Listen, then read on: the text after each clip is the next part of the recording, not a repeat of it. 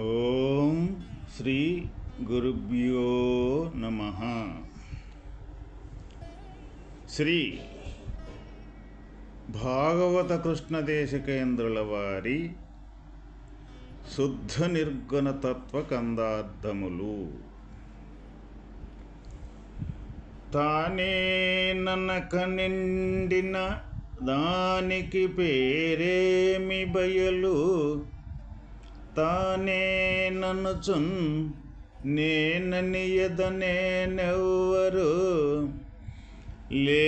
నెరుకావు ఉంటి లేనే లేనను మీ అంటిని అంటే లేనే లేవు సుమీ, లేనే లేనని నేను లేకపోయిన వెనుక తానుండు గదా ఉంటే తానెట్లెరిగెదవు, లేనే లేనన్ను మీ అంటిని అంటే లేనే లేవు సుమీ.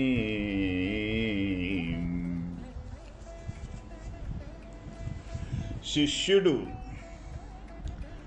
తాను నేను అనకను నిండి ఉన్నదాని పేరేమి అంటే, నేను తాను అంటే నేను నీవు అనకుండా నిండి ఉన్నదాని పేరేమి. గురుడు అచల పరిపూర్ణ బ్రహ్మము. నేనని అచల పరిపూర్ణ బ్రహ్మము నేనని కానీ నీవని కానీ అనకను నిండి ఉన్నదాని వలె, నిండి ఉన్నదాని యొక్క స్వరూపమే అచల పరిపూర్ణ స్వరూపము. గురువర్య, తాను నేను నీవు వాడు వీడు అది ఇది అని నిరంతరమనుచుండెడి నెవ్వరు అంటే, నేనని నీవని వాడు వీడని అది ఇది అని నిరంతరము ఎవరంటూ ఉంటారు? గురుడు. నీవు మూలము లేకయే నామరూప నటనలుగా తోచుచుండెడి లేనెరుకేను. ఏదైతే మనం ఈ ప్రపంచములో మొదట తాను అంటే నేను, నీవు, వాడు వీడు ఇది అది అని నిరంతరము అనుచుండే ఈ ప్రపంచానికి సంబంధించిన ఏ భావనలైతే ఉండయో, ఏ ఆలోచనలైతే ఉండయో, ఏ క్రియలైతే ఉండయో, ఈ అన్నీ కూడా ఎవరు అంటూ ఉన్నారు అంటే, ఈ అన్నీ కూడా జరిగే అన్నీ కూడా ఏ విధంగా ఉంటున్నాయి అంటే, వీటికనే దానికి అసలు మూలమే ఏమీ లేదు. అంటే దానికి మూలము లేకనే నేను అని సృష్టించుకొని, నీవు అని సృష్టించుకొని, వాడు వీడు అని కల్పించుకొని, అది ఇది అని ఆ తీరుగా అనేక రకాలుగా ఈ ప్రపంచములో ఈ నటనలన్నీ కూడా మనకి తోపింపజేసే యొక్క స్వరూపము లేని ఎరుకేను. మూలము లేకయే నామరూప అంటే నామం కానీ ఈ రూపం కానీ ఈ నామరూప రెండూ కలిసి నటనలు చేసే యొక్క క్రియ కానీ ఈ అన్నీ కూడా తోచుచుండెడి దేనివల్ల అంటే, మూలము లేకయే తోచుచుండెడి ఈ ఎరుక స్వభావములే. అయితే ఇక్కడ మళ్ళీ శిష్యుడు ఏమని అడుగుతున్నాడంటే, తాను నేను అనుచుండెడి నేను ఉన్నాను కదా, తాననేవాడు కానీ నేననేవాణ్ణి కానీ నిరంతరం అనుచుండేది ఏ భావన అయితే ఉన్నదో, ఎవరైతే అంటూ ఉన్నారో ఆ అంటూ ఉన్నది నేననేవాణ్ణి ఉన్నాను కదా అని శిష్యుడి యొక్క ప్రశ్న అయితే, గురువుగారు దానికి నీవు మూలము లేకయే ఉన్నట్లు తోచుచున్నది, నీవు ఒక ఉపాధిని ఆశ్రయించుకొని ఉందువు గాని నీ నిరాశ్రయముగా ఉండజాలవు. మూలము లేకయే దోచుచు నిరాశ్రయముగా నుండజాలని ఉపాధులెప్పుడు లేనివియే అని అనుము. ఎవరైతే ఈ మూలము లేకయే తోచుచున్న ఈ ఉపాధిని ఆశ్రయించుకొని ఉంటూ ఉన్నారో, ఇది నిరాశ్రయముగా ఎట్టి పరిస్థితుల్లో కూడా ఉండజాలదు. ఈ ఎరుక అనేది దేన్ని ఆశ్రయించుకొని ఉంటూ ఉన్నది అంటే ఈ శరీరాన్ని ఆశ్రయించుకొని ఉంటుందన్నమాట. ఈ శరీరం అంటూ లేకపోతే ఈ ఎరుక అనేది గుర్తెరిగే ఈ జ్ఞానం అనేది జీవుడనేవాడు కూడా లేడు. అందువల్ల జీవుడి యొక్క వాస్తవక స్వరూపం ఏంటిదంటే ఈ శరీరాన్ని ఆశ్రయించుకొని ఉండేవాడే ఇక్కడ జీవుడు ఎరుక. అయితే మరి నేను తోచుచును ఉన్నప్పుడు కూడా దేని ఎరుక ఉపాధిని ఆశ్రయించుకుని ఉండును, నిరాశ్రయముగా ఉండచాలను. కావున నేనెప్పుడు లేకయే తోచుచున్నాను అంటిని. ఇక్కడ నేను తోచుచున్నప్పుడు కూడా నేననే భావన ఏదైతే మనలో తోచుచూ ఉన్నదో అది ఈ ఉపాధిని అంటిపెట్టుకొని, ఉపాధిని ఆశ్రయించుకొని, ఉపాధి మూలము అనుకొని, ఈ శరీరమే నిజము అనుకొని ఈ నేననేది తోచుచూ ఉన్నది అన్నమాట మనకి.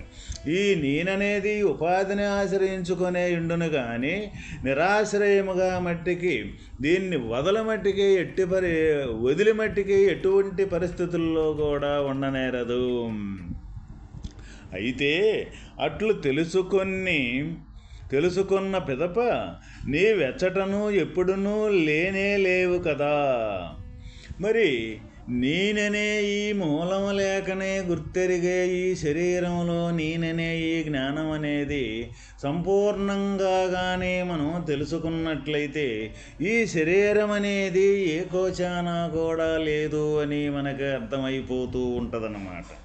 ఈ శరీరం అనేది లేకనే ఉన్నట్లుగా భ్రమ కలిగి ఆ భ్రమతోటి మనం ఈ ప్రపంచంలో నీవు నేను అనేకత్వంతో ఇక్కడ మనం ఈ సంసారం అనే బంధాన్ని ప్రతి ఒక్కరము కూడా బంధించుకొని ఇక్కడ పెనవేసుకొని ఉండటం జరుగుతూ ఉన్నది.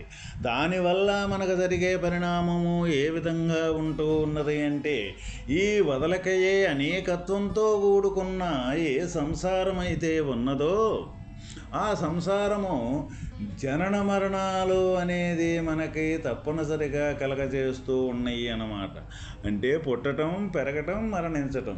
దేనివల్ల జరుగుతూ ఉన్నది ఈ పుట్టటం, పెరగటం, నశించటం అనేది? ఈ లేకయే ఉన్నట్లుగా ఈ భ్రమగల్పిన ఏ శరీరమే నేను అనుకున్న భావన ఏదైతే ఉన్నదో ఆ భావనతోటి ఇక్కడ ఎప్పుడైతే ఈ ప్రపంచం వైపు ఇంద్రియాలతోటి ప్రపంచం వైపు మనం కానీ తిరిగి చూసినప్పుడు ఈ ప్రపంచం అనేక రంగులుగా, అనేక రూపకాలుగా, అనేక వింతలుగా, అనేక రకరకాలుగా మనకే తోచుతూ ఉంటూ ఉండదన్నమాట. ఒక్కదానికంటే ఒకటి సంబంధం లేకుండా ఉంటుంది. ఒకదానితోటి ఒకటి విడిపడి వేరువేరుగా మనకి కనపడుతూ ఉన్నది. లోకంలో మన మానవ జాతినే మనం చూసుకున్నప్పుడు ఎవరి భావన వాళ్ళదే, ఎవరి మతాన వాళ్ళదే, ఎవరు వెళ్ళే ప్రయాణం వాళ్ళదే. ఎవరికి సంబంధము అంటూ లేకుండా ఈ ప్రపంచంలో తిరుగుతూ ఉంటారు. దీనికి మూల కారణము ఏంటిది అంటే ఈ శరీరమే నేను అనుకున్న భావన ఏదైతే ఉందో అదే ఇక్కడ మూలం.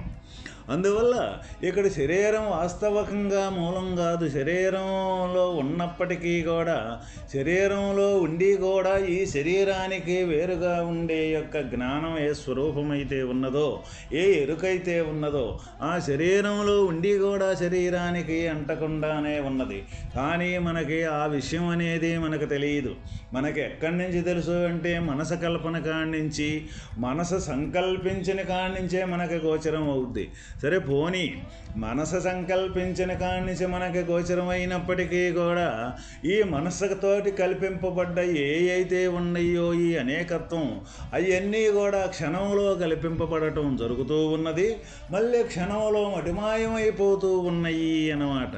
అయితే ఇది ఒక్కరమో కూడా ఏంది ఈ విధంగా జరుగుతూ ఉన్నది ఏంటిది అని మనకు ప్రశ్నే కలగనీయదు. ఆ ప్రశ్నే కలగనీయకుండా ఉండేదే ఇక్కడ మాయ. ఆ మాయే అంటే ఈ శరీరమే నేను అనుకున్న భావన ఏదైతే ఉన్నదో అదే ఇక్కడ మనల్ని ప్రశ్నే కలగనీయకుండా చేసేది. ఎవరైతే దృఢవత నిష్ఠులైన వారెవరైతే ఉన్నారో వాళ్ళు ఈ శరీరము ఏంటిది, ఈ శరీరం పుట్టకదలకేమై ఉంది, ఎందుకు ఈ శరీరం అనేది వచ్చింది, ఈ శరీరం వచ్చి కొంతకాలం ఉండి తర్వాత ఎందుకు మళ్ళీ లేకుండా పోతూ ఉన్నది, అసలు ఎవరో దీన్ని పుట్టమని చెప్పారు, అసలు అవసరం ఏముంది, కొంతకాలం ఉండి మరలా లేకుండా పోయే ఈ శరీరం అనే దానితో అసలు అవసరం ఏమైంది, ఎందుకు వచ్చిందని ఎవరైతే దీన్ని గురించి పరిశోధన చేసి ఏది మరిది ఇప్పుడు ఒక రకంగా ఉండి రేపు ఒక రకంగా ఉండి ఈ మార్పులు చేర్పులు చెందే యొక్క ఈ శరీరతత్వం, ఈ శరీరంతో కూడుకొని ప్రపంచం అనేకత్వం క్షణానికి మారిపోతూ ఉన్నది కదా. ఈ మారిపోతూ ఉన్నది దానికి ఆధారమైన వస్తువు ఏంటిది, నిజమైన వస్తువు అనేది ఏదైనా సరే మార్పు చెందకుండా ఉండేదాన్నే నిజమైన వస్తువు అంటాం. ఆ నిజమైన వస్తువే పరబ్రహ్మస్వరూపమని అంటూ ఉన్నారు కదా. మరి ఆ పరబ్రహ్మస్వరూపం ఏ విధంగా ఉన్నది, ఇది నిజంగాని యొక్క స్వరూపం ఆ నిజంలో నుంచి ఏ తీరుగా కల్పింపబడింది, ఏంటిది, వీటికి వ్యత్యాసం ఏంటిది, నిజంగాందేంది నిజమైందేంది అని ఎవరైతే దృఢమైన వైరాగ్యము దృఢమైన భావన కలిగిన మహనీయులు పెద్దలు అయితే ఉన్నారో వారికే తప్ప ఇది గోచరమయ్యేది, లేకపోతే వీలుగాని పని.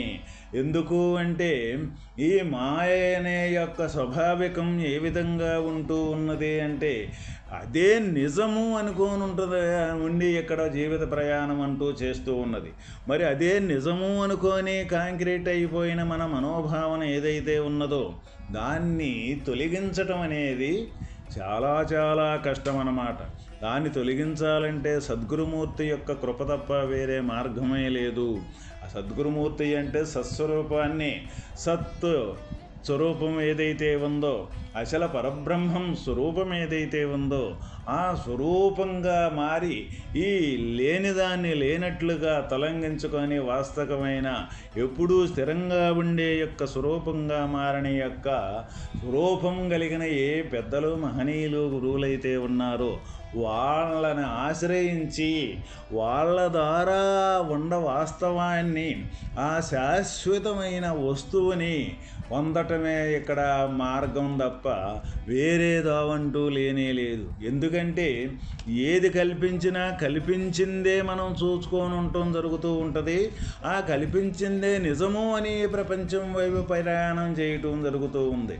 అసలు ఈ కల్పించింది ఎవరు, అసలు ఈ ఎరుకంటే ఏమిటి, ఈ మాయ అంటే ఏమిటి, ఇందులో ఉండే యొక్క ఈ జ్ఞానస్వరూపం ఏ విధంగా ఉన్నది ఈ శరీరంలో, వీటన్నిటిని మనం ఎంత విచారించినా కానీ మనకు దొరకవు. కాబట్టి ఆ ఎవరైతే అటువంటి అనుభూతి పొంది ఆ ఎరుకని యొక్క స్వాభావికాన్ని సంపూర్ణంగా దాని చేష్టలు ఏవైతే ఉన్నాయో వాటిని సంపూర్ణంగా తెలుసుకొని వాటిని ఎవరైతే ఇది లేదు అని నిర్ణయించుకొని నిశ్చయించుకొని లేని దాన్ని లేనట్టుగా నిలబడగలుగుతారో ఉండ పరబ్రహ్మ స్వరూపమే అక్కడ తాను అవ్వటం జరుగుద్దన్నమాట. కాబట్టి అందువల్ల ఈ లేని ఎరుకలో మనం ఈ లేని ప్రపంచంలో మనం ఉండి తిరుగాడుతూ ఉన్నామా, లేక వాస్తవమైన ఎప్పుడైనా శాశ్వతంగా ఉండే అచల పరబ్రహ్మ స్వరూపంగా మనం ఉంటూ ఉన్నామా? ప్రతి ఒక్క మానవుడు కూడా ప్రశ్నించుకోవలసిన యొక్క సమయం కానీ ప్రశ్నించుకోవలసిన అవసరం కానీ ఎంతైనా ఉన్నది. అదే ఈ శుద్ధ నిర్గుణ తత్వ కందార్థాల ద్వారా ప్రతి ఒక్కరము మనం తెలుసుకొని అటువంటి స్థితిని పొందటమే వాస్తవమైన మన బాధ్యత. ఓం తత్సత్.